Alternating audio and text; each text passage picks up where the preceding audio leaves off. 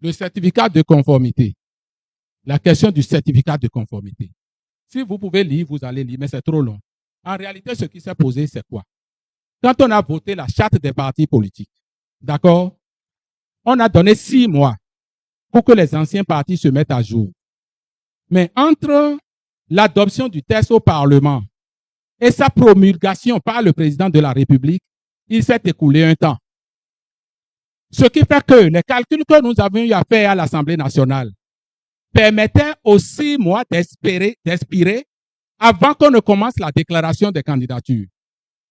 Les quelques jours que nous avons eus entre l'adoption et la proclamation et la promulgation par le président de la République a fait qu'il y a un glissement. Donc, les 6 mois n'étaient pas expirés avant que ne démarre la déclaration de candidature. Le problème technique que ça allait poser, c'est ceci. Quand je prends un parti Tantampillon, prends sa liste de candidature, le jour du scrutin, il ne serait plus parti politique au Bénin. On gère ça comment? C'est pourquoi la Cour constitutionnelle a dit, ceux qui veulent déposer leur candidature, assurez-vous que le parti s'est conformé. Mais si on doit s'assurer que le parti s'est conformé, le papier que le ministère de l'Intérieur donne, ça s'appelle comment? Ça peut être une lettre, ça peut être un certificat, ça peut être n'importe quoi. Donc, cette mystification sur le certificat de conformité, je veux détruire ça définitivement aujourd'hui. La Sénat dit, c'est comme si vous êtes directeur d'école et les enfants veulent déposer leur dossier pour aller aux examens. Et le directeur départemental de l'enseignement dit au directeur, pour prendre les dossiers d'un élève, assurez-vous que sa carte d'identité est valable le jour de la composition.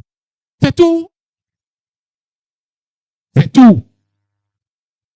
La Cour constitutionnelle qui est chargée donc de prévoir ce genre de choses pour éviter ce genre de choses a dit, assurez-vous. Donc, même si la Cour n'avait pas parlé et que quelqu'un dépose son dossier à la Sénat allait faire quoi?